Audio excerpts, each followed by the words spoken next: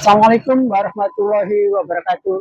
Jumpa lagi di Jendela Info Jurnal PKSPD pada hari Selasa, pada peringatan Hari Anti Korupsi.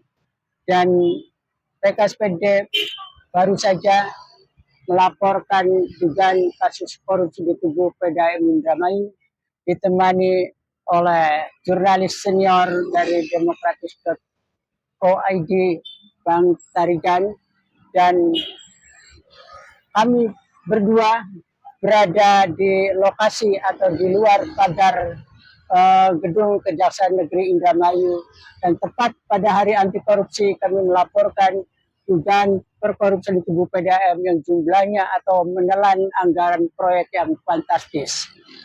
Sebagai bukti bahwa kami telah melaporkan laporan secara formal, dan ini bukti tanda terima dari Kejaksaan Negeri Indramayu yang tadi diterima oleh bagian surat dan akan diteruskan ke Kasih Intel atau Kasih Khusus.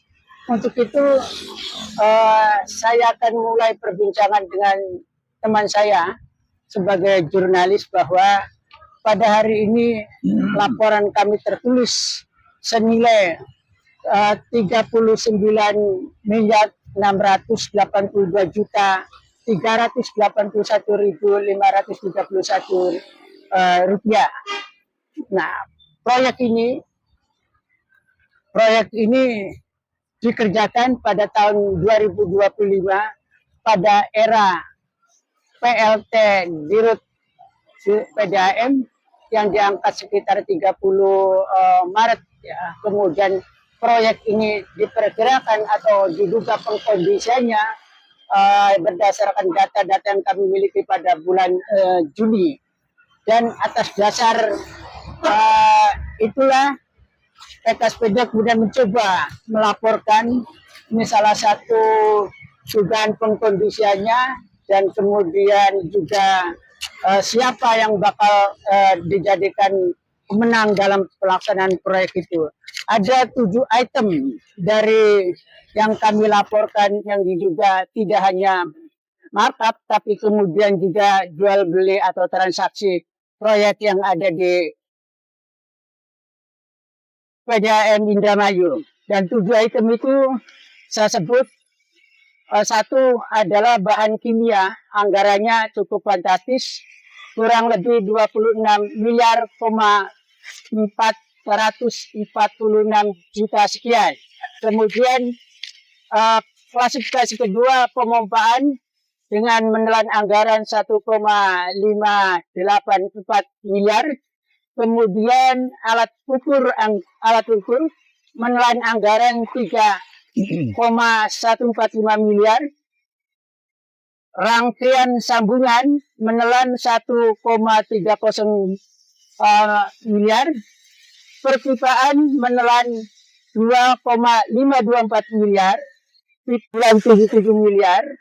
Pipa GH menelan anggaran 7,195 miliar. Jadi totalnya adalah 39 miliar 680 juta rupiah 381.531.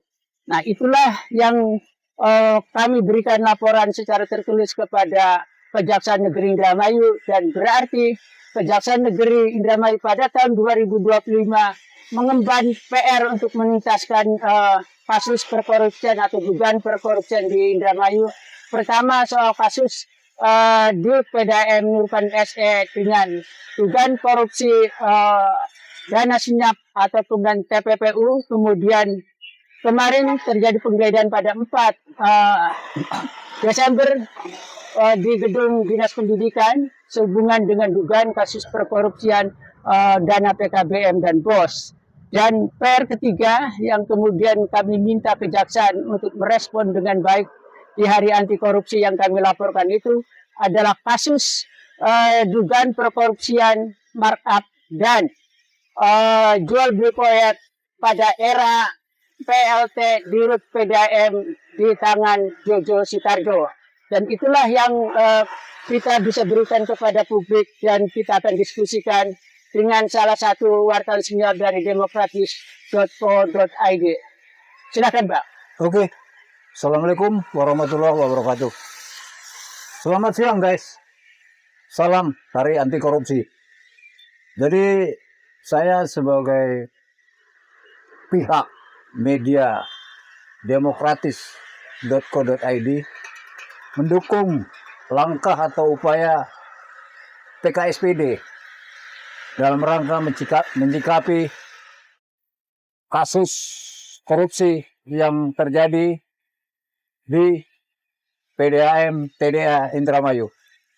Dalam hal ini, sekali lagi, saya juga berharap supaya pihak Kejari melalui kasih Pitsusnya segera bergerak cepat, dan harapannya kalau merasa kekurangan data, segera menghubungi PKSPD agar dilengkapi dan diklarifikasi supaya langkah-langkah kerjanya ke depan bisa efektif sesuai dengan harapan masyarakat untuk menurunkan tingkat korupsi di Republik ini yang betul-betul memang sudah tidak bisa ditoleransi lagi.